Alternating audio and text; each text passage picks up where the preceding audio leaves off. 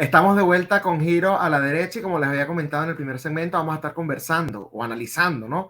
Los resultados en las pasadas elecciones presidenciales que se llevaron a cabo en Ecuador y bueno, también hubo otras elecciones y para ello he invitado nuevamente a Andrés Díaz, él es analista político para Impunity Observer y además fundador de Libertario. Bienvenido Andrés, ¿cómo estás? Hola Esteban, muy bien, gracias. Un gusto poder acompañarte nuevamente en menos de un mes, ya es un nuevo récord. Sí, en solo 2 semanas. Habíamos cuadrado para esto y bueno, realmente qué bueno que lo podamos cumplir. Y creo que no tenemos tan buenas noticias, pero tampoco noticias tan trágicas, ¿no? Y sobre eso quiero que comencemos esta conversación. Andrés, cuéntanos qué pasó el día de las elecciones ayer en Ecuador. Bueno, lo que tuvimos es una sorpresa electoral completamente porque un candidato que iba abajo de la tabla hace solo 2 semanas acaba de llegar a la segunda vuelta electoral y le está pisando los talones al correísmo, que es nuevamente el ganador en primera vuelta, casi por el mismo resultado que en 2021. Podemos ver que me parece que subieron un poco más de votaciones, pero es una sorpresa electoral completamente que tanto analistas como encuestadoras se les pasó por alto. Y es un candidato que hizo básicamente su campaña en estas últimas 2 semanas a raíz de lo que fue el debate electoral. Entiendo, estamos hablando, aquí estamos viendo en pantalla, bueno, que los que pasan a segunda vuelta son justamente Luisa González, que es la representante del correísmo, y Daniel Noboa, que es justamente esta sorpresa electoral que estás mencionando. Este Noboa, que bueno, es digamos, el ganador y el que dejó nuevamente a las encuestadoras, ¿no? Mal paradas.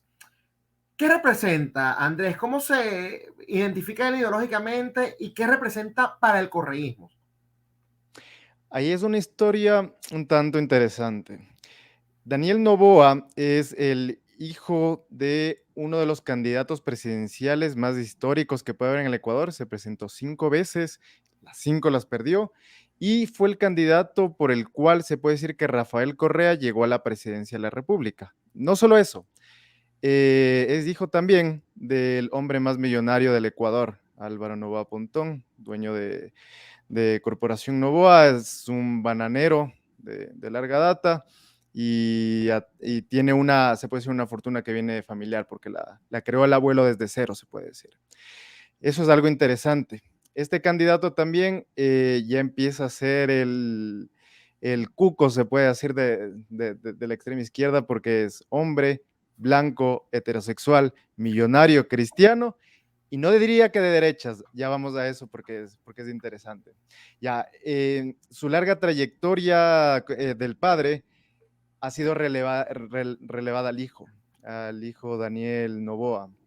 Él toma la batuta del padre en cuanto a la política, es la Nueva Esperanza. Él con tan solo 35 años llegó a la Asamblea del Ecuador en 2021 por una provincia que se encuentra al lado de Guayas, que se llama Santa Elena, con una buena votación y lo que decía antes, que ya vamos a hablar, si es que desde izquierda a derecha, el partido del padre se presentaba siempre como un partido de la centroizquierda, una centroizquierda, pero podemos decir progresismo que le gusta la libre empresa. Y ha sido obviamente heredado por Daniel Noboa. Él se define, en los medios tú verás que ponen como que el candidato de la extrema izquierda del correísmo se va a enfrentar al de la centro derecha. No es así como tal, porque él mismo se define de centro a centro derecha. Pero ¿qué pasa? El partido histórico de su padre, pese a decirse que era de izquierda, era un partido atrápalo todo. Entonces puede irse por un lado como puede irse por el otro, o sea, es más o menos indefinible. Y algo Acabas de decir, interesante, solo para corregir y que no haya quedado malentendido, que él se define a sí mismo como de centro o centro derecha o centro izquierda. centro izquierda. Ah, centro izquierda, sí, porque creo que dijiste derecha Ajá. y yo como que he visto que habla de izquierda, sí. Claro, no, no, no, no. Se define como centro izquierda. Y algo interesante es que en esta elección entró entró en vigencia una nueva ley en la cual de paridad de género tienes que ir en binomio hombre-mujer. La candidata a la vicepresidencia tiene ciertas conexiones con lo que se podría decir la extrema derecha. ¿Por qué? Porque ella sí era partidaria de Trump, de Bolsonaro, todos los pecados que, que se le pueden poner a una persona ahora en política. Ya, eso es interesante. Por eso yo decía que no sé, en el anterior, es muy difícil catalogar a los candidatos como es de izquierda o es de derecha. A la izquierda puedes catalogarlos, pero en esta elección no tuvimos ni un solo candidato que se defina a sí mismo como de derecha. ¿Por qué? Porque salimos obviamente de un nefasto gobierno que fue catalogado como de derecha liberal. Y obviamente Correcto. ninguno de los candidatos que quiere ganar la presidencia se va a presentar como el representante de todos los males de ahora mismo. Eso sería como que en Venezuela el día de mañana realmente tengamos elecciones libres y venga alguien y diga, no, yo soy chavista. O sea, nadie se va a Tales. querer asociar con eso, incluso si vienen de allí. Evidentemente, tienes toda la razón en ese análisis. Ahora bien, otra cuestión que se estaba preguntando, Andrés, era justamente su relación con el correísmo, porque normalmente, y esto lo vemos en Latinoamérica, ¿no? Hay cierta afinidad, incluso si se oponen, cuando comparten ideología. Ya tú acabas de decir que el mismo se define a sí mismo como centro izquierda, aunque los de correísmo obviamente son de una izquierda mucho más radical, ¿no? Y sabemos que Correa está prófugo de la justicia. Si este individuo llegase al poder, ¿tiene Rafael Correa algún método para regresar a Ecuador? ¿Va a tener algún tipo de influencia? ¿O este señor es tajante en contra del correísmo, a pesar de quizás poder tener algunas similitudes ideológicas? Disculpe, la conexión está un poco mal, pero me parece que pude captar tu pregunta. En el tema del correísmo, Daniel Noboa tiene algo interesante, que es un personaje fresco que representa la nueva política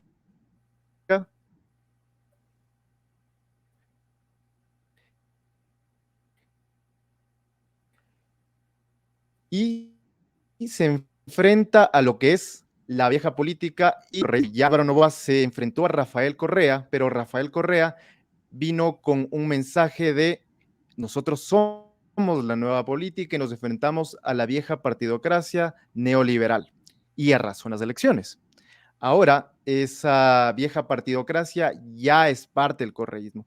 ¿Por qué? Porque es diría que el único partido fuerte como tal que tiene ahora el sistema de partidos ecuatoriano, bueno, el inexistente o casi inexistente para el sistema de partidos ecuatoriano, que el mismo construir precisamente porque tenía intenciones totalitarias de aglomerar completamente todas las visiones y presentarse como el único partido en el proceso. Obviamente no le salió la jugada, pero a eso se enfrenta. Daniel Noboa no se lo puede vincular con el correísmo porque él se ha encargado precisamente de distanciarse de eso, aparte de que viene a vengarse, puede decir, la figura de su padre, que fue muy perseguida por el gobierno de Rafael Correa, que incluso recuerdo que tuvo no expropiaciones como tal, pero sí eh, el padre tenía ciertos, ciertos problemas con el servicio de rentas internas y se le decomisaron $4 millones y cierto, aliarse con el correísmo es complicado. Aparte de eso, el correísmo en este momento peligra completamente su vigencia, no solo en el poder, no solo para ganar la segunda vuelta, sino como partido como tal. ¿Por qué? Porque los tres últimos candidatos que se los puede identificar claramente en la izquierda no llegan ni al 5%. Y eso es lo que se le sumaría al correísmo que ganó, me parece, con los otros candidatos de alguna u otra manera se los puede catalogar en la centroderecha, especialmente los dos que van detrás de Daniel Noboa, que es uno, el representante del que fue asesinado Fernando Villavicencio, que obviamente aglomeraba, se puede decir, el grupo de la derecha, y el siguiente que es Jan Topic, que se presentó por el partido tradicional de derecha del Ecuador y que obviamente tenía, leyendo un poco su plan de gobierno, era de tendencia liberal y obviamente por el partido de tendencia conservadora. Ahí estoy teniendo problemas con la conexión. Ok, ahí ya creo que te recuperé de nuevo. Pero sí, por lo que entendí, bueno, los que vinieron de tercer y cuarto lugar se sumarían, en teoría, ¿no? A Daniel Noboa, por lo que, bueno, se le hace bastante difícil al correísmo ganar en segunda vuelta. Topic fue uno de los que tú mencionaste en la entrevista anterior y dijiste que había estado teniendo éxito, ¿no? En su campaña. De hecho, creo que queda de tercero, ¿no? Porque había, digamos, De tomado. cuarto. De cuarto queda, exacto, de tercero queda el de Villavicencio, ¿no? Sí, ok. Eh, Exactamente. pero bueno, en gran parte, tanto Villavicencio, que fue asesinado, como Topic se habían enfocado mucho en el tema de la seguridad, que es algo que está azotando a los ecuatorianos, y bueno, lo estamos viendo incluso durante toda esta campaña electoral. Primero, ¿cuál es la postura de Noboa respecto a esto? Y segundo, ¿por qué tú crees que Topic no logró conectar más con la gente?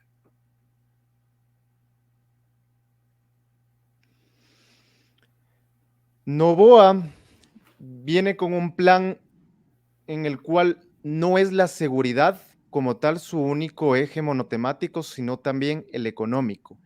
Y Mm. él lo pone como que, claro, la seguridad se tiene que financiar de alguna manera, y esto es por el tema económico. Y en un país que es boyante económicamente, es muy difícil que la gente se sume a grupos delincuenciales. Lo pones de esta cierta manera que tiene una cierta lógica. Eh, Topic, por otro lado, su tema era netamente la seguridad y la seguridad con mano dura. Ya comentamos previo que él era miembro de la Legión Extranjera Francesa, él incursionó en Siria, él incursionó en África, en Ucrania, tenía el perfil para ganar estas elecciones, pero tenía ciertas asociaciones desde la empresa que también comparte con su padre, con el correísmo, en el cual se lo vinculaba como que era uno de los testaferros de Jorge Glass. Entonces, y aparte iba por el Partido Social Cristiano, que en la última, previo al, al juicio político contra Guillermo Lasso, hubieron rumores de que se aliaron precisamente el correísmo y el Partido Social Cristiano, el partido tradicional de derecha, Sí. para destituir a Lasso. Ya, entonces todo ese bagaje fue mermando los votos a Jan Topic, que obviamente iban, esos votos se decantaron precisamente por un voto de luto a Villavicencio con el nuevo candidato. Esto se puede decir que fue mermando como tal la capacidad de Topic de poder arrasar en las elecciones, pese a que tuvo una campaña totalmente increíble, principalmente en redes sociales, pero que Daniel Noboa no era ajeno. La victoria de Daniel Noboa se puede explicar por tres puntos principales, ahora que ya tenemos los números sobre la mesa, que es redes sociales, ahora mismo tiene la red, tiene el TikTok con más seguidores en todo el Ecuador, solo del día sábado a hoy, sumó más de 100,000 personas. Wow. Antes de esto era Topic el que tenía como que la mayor red. La otra es en el debate presidencial, en el cual los dos se lucieron, pero fue Daniel, obviamente, el gran ganador. Estos dos candidatos, tanto Topic como Novoa, tenían un perfil muy ilustrados, se puede decir. Los dos eran graduados en los Estados Unidos, los dos tenían maestrías en Harvard y en otras universidades de prestigio. Entonces, entre ellos dos fue como que la disputa del debate, pero Topic se enfocó netamente en la seguridad y no brilló como se esperaba que iba a brillar. En cambio, Daniel Noboa fue más contundente en cifras, en movimiento, y esto también lo posicionó. Y la tercera causal es que él es muy fuerte en territorios. ¿Por qué? Porque tanto el padre como la madre tuvieron larga experiencia, casi 12 años, en lo que es campañas electorales, tuvieron un fuerte caudal de votos en muchas elecciones. De hecho, en el 98 casi ganan la elección y ellos denunciaron fraude y fueron obviamente mermando su capacidad de votos, pero es una larga trayectoria familiar en la cual se posicionó el nombre y marca Noboa. Hay algo curioso también en el partido con el cual se presenta Daniel Noboa, que es una alianza, la alianza ADN. Esta alianza está conformada, uno, por los restos del partido Alianza País, en el cual se lo quedó Lenín Moreno, y después ya terminó prácticamente desapareciendo, pero esos restos conforman una parte de la alianza y la otra parte es de un movimiento que lo creó un primo de Lenín Moreno. Entonces, desde ahí vemos que hay esta conformación para la candidatura. Daniel Noboa no se presenta como un partido propio, sino con esta alianza en la cual lo que ya hemos hablado antes, no, en el Ecuador no se puede hablar netamente de ideologías políticas porque los candidatos van a estar con la ideología que se tenga que estar en ese momento. Ahora, eso me llama la atención porque Lenín Moreno, o sea, qué increíble que este sea el que pase a segunda vuelta con todo ese entorno, ¿no? Que me estás mencionando de los restos del partido de Lenín Moreno y una organización que fundó, que organizó un primo de Lenín Moreno. Cuando Lenín Moreno yo creo que ha sido el presidente más impopular que ha tenido Ecuador, despreciado por la derecha, despreciado por el correísmo, despreciado por los centristas. ¿A qué tú crees que entonces se deba que la gente haya dejado pasar eso por alto, Andrés, para, bueno, en esta oportunidad apoyar a alguien como Noboa, a pesar de ese entorno?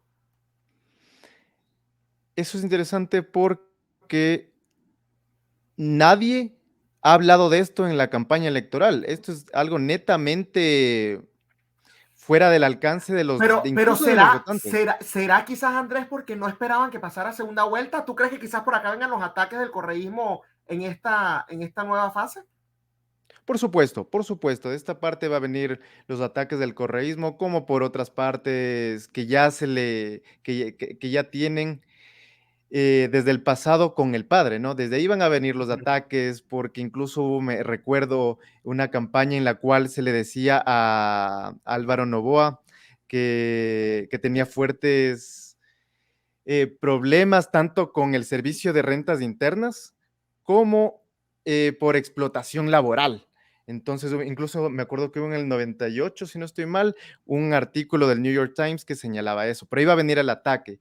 Pero el voto Daniel Noboa se puede tomar más como un voto hartazgo de la política tradicional. ¿Por qué? Porque es lo que te digo, dudo muchísimo que los votantes de Daniel Noboa en este momento sepan qué es lo que propone Daniel Noboa.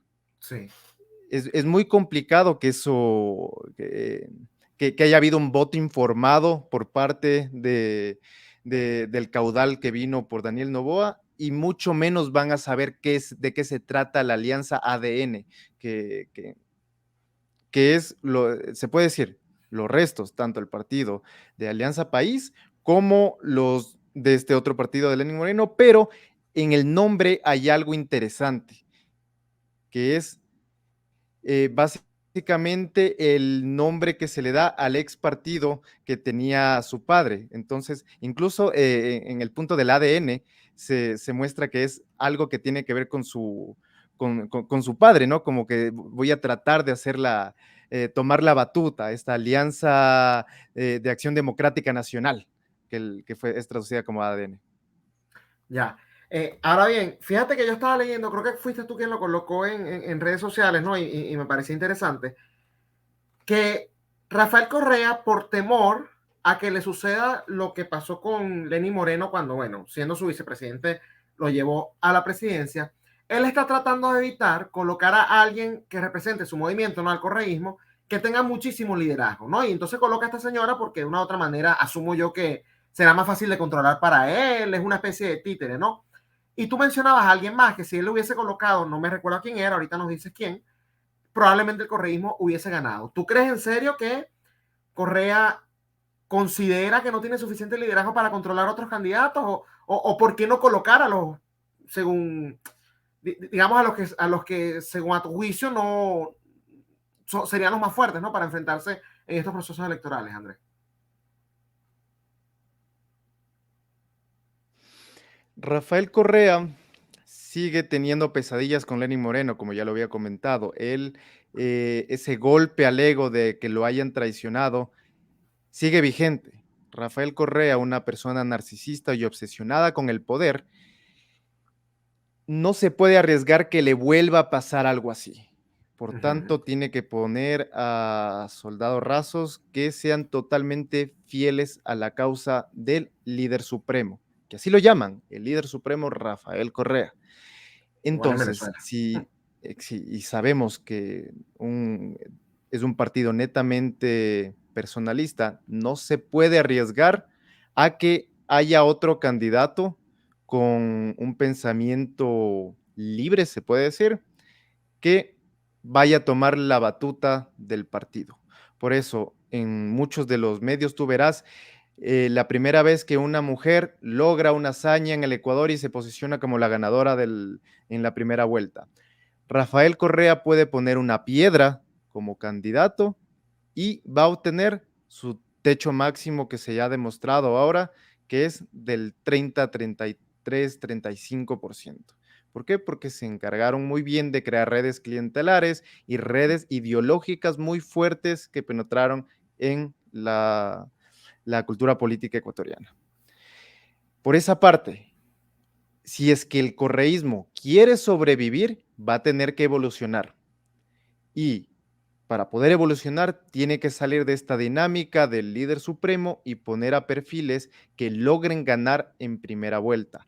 Uno de estos, precisamente, iba a ser el candidato a la vicepresidencia en 2021, Carlos Rabascal, una figura que tuvo presencia en medios, que viene del Partido Social Cristiano, el partido tradicional de derechas en el Ecuador, pero que Rafael Correa no se atrevió a ponerlo como candidato presidencial, ni en 2021 ni en 2023.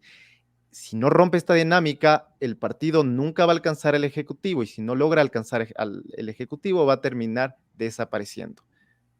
Esta se podría decir, es como que su última oportunidad para en el 2025 ver cómo, obviamente también hay que esperar a ver cómo evoluciona lo que va a ser la posible presidencia de Daniel Noboa y cómo se va a presentar el escenario para que pueda enfrentarse en el 2025. Hay algo también que se tiene que puntualizar. La muerte de Villavicencio pudo haber mermado votos al correísmo en estas elecciones. Eso es algo que no se puede desestimar, porque precisamente, como te decía antes, en la anterior entrevista, muchos lo señalan como el actor intelectual, porque era el gran oponente del correísmo durante muchos años. Pero como te decía precisamente en esa entrevista, no es inteligente señalar al correísmo porque tiene mucho más que perder que ganar con ese asesinato, y hoy se puede evidenciar de esa forma. Claro. No sé si quizás sea muy pronto, Andrés, pero bueno, tú obviamente vives en Ecuador, ¿no? Y sigues las noticias con mucha más cercanía. ¿Han hablado de algún tipo de alianzas los que quedaron de tercero y cuarto con el señor Noboa, quizás incluso para ocupar cargos o para formar parte del gabinete? Bueno, a Noboa, quizás a Topi, quizás colocarlo en algo relacionado a la seguridad, al candidato de Villavicencio, quizás en otro tema también relacionado en este área. ¿Ha habido algún tipo de acercamiento por los momentos o todavía no se ha hecho nada público? Por el momento, lo único público es la total disposición del candidato Topic a entregar su plan de seguridad libremente, ya sea cualquiera de los candidatos que llegue. Esa ha sido como que la gran virtud del candidato Topic, que lastimosamente no llegó a la segunda vuelta, y sería algo esencial si es que este candidato pudiera entrar a la Secretaría de Seguridad. Sería un golazo del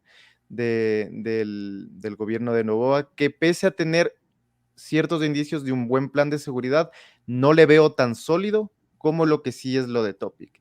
En tanto al candidato de reemplazo de Villavicencio Zurita, su momento terminó, la alianza era entre el ex partido, el movimiento creado por Villavicencio que se llama Gente Buena, y Construye 25, que era el partido de representación de una ex operadora política de Lenín Moreno, que se llama María Paula Romo, y que ya te había mencionado que Rafael Correa la señala como una posible autora del crimen de Villavicencio.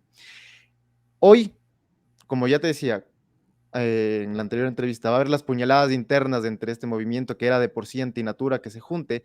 Hoy ya se separaron, fueron algunos de los asambleístas que lograron, de hecho es la segunda fuerza política en la asamblea ahora, algunos se fueron con obviamente su grupo de Construye 25 y otros con parte de Gente Buena. Gente Buena capitalizó la mayoría de los asambleístas, me parece que 20 de los 25 27 que sacó.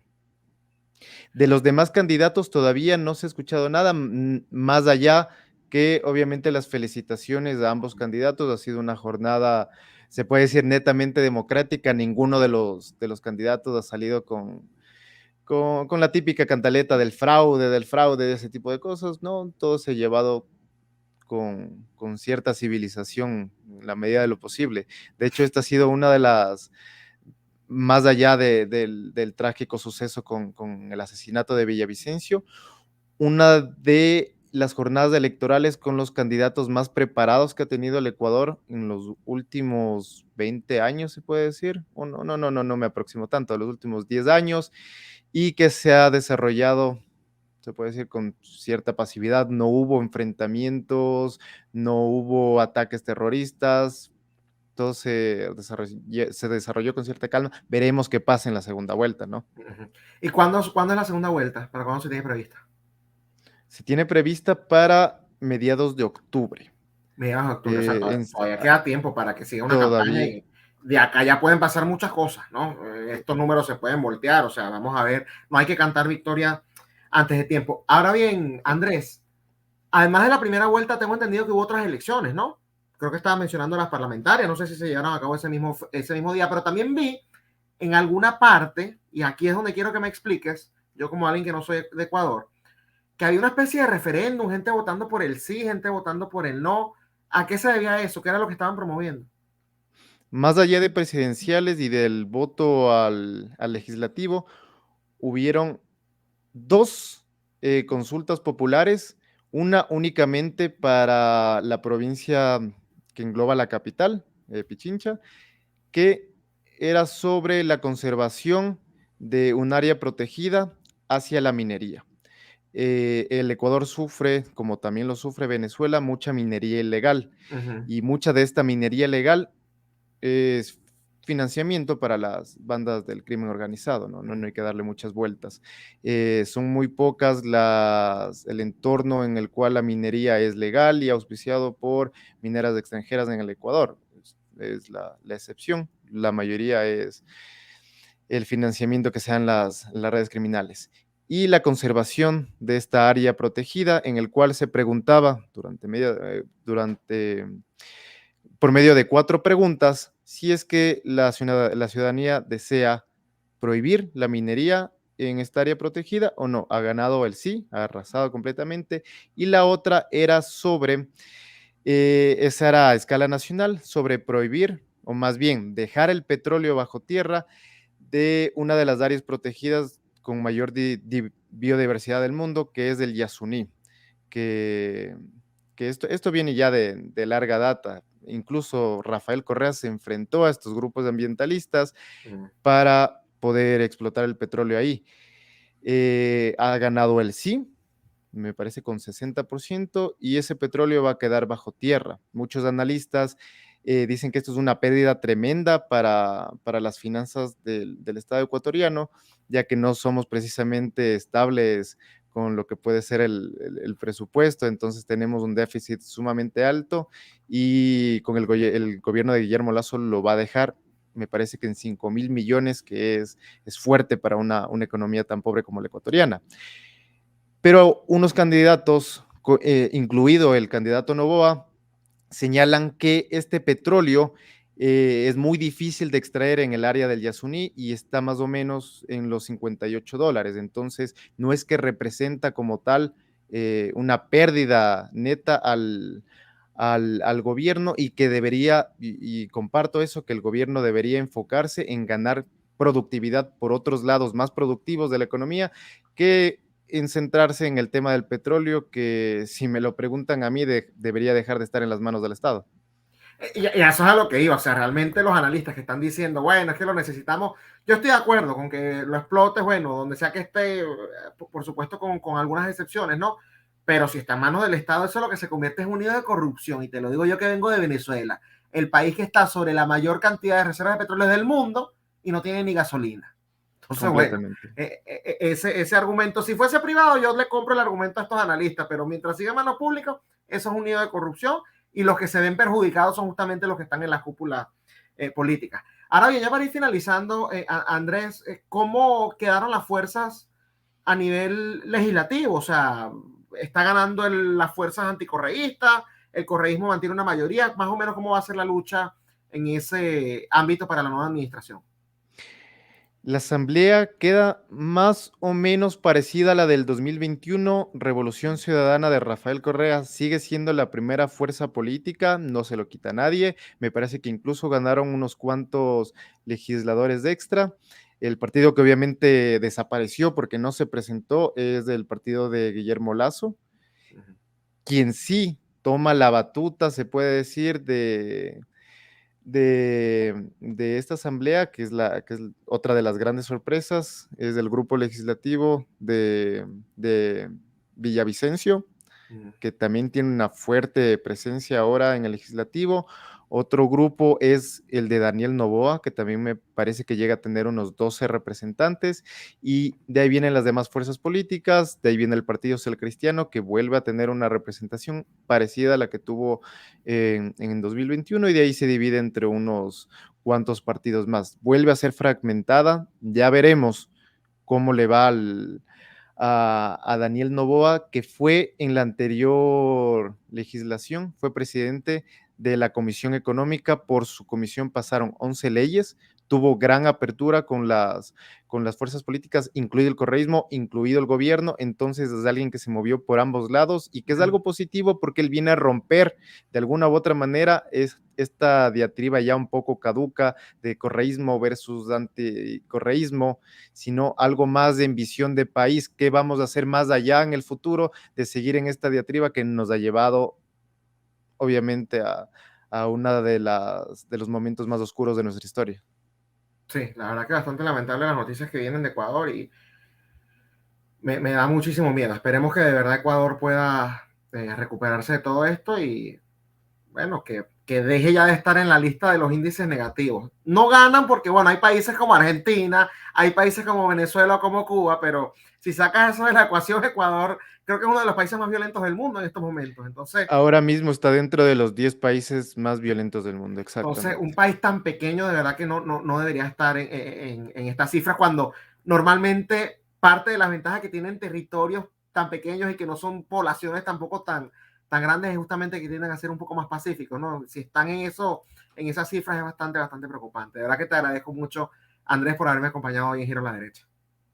No, muchas gracias a ti, Esteban, y nos vemos con gusto para analizar la segunda vuelta y ojalá la presidencia de Daniel Noboa, que venga a romper de una vez con todas la hegemonía como tal que ha ganado el correísmo en todos estos años. Sí, bueno, cuenta con ella. Vamos a estar conversando lo de la segunda vuelta y por supuesto estaremos también analizando la presidencia de Daniel Noboa, ya decretando acá. Muchas gracias, Andrés. Bueno, era Andrés Díaz, analista político para Impunity Observer y además fundador de Libertario, comentándonos sobre este contexto político que se vive en Ecuador previo justamente a la segunda vuelta, con una sorpresa electoral que, bueno, ni los analistas ni las encuestadoras vieron venir. Esto ha sido todo por hoy en Giro a la Derecha con Esteban Hernández, pero nos vemos nuevamente el día de mañana por esta misma plataforma que es Contrapoder 3.0, el canal de la derecha en YouTube. Hasta mañana.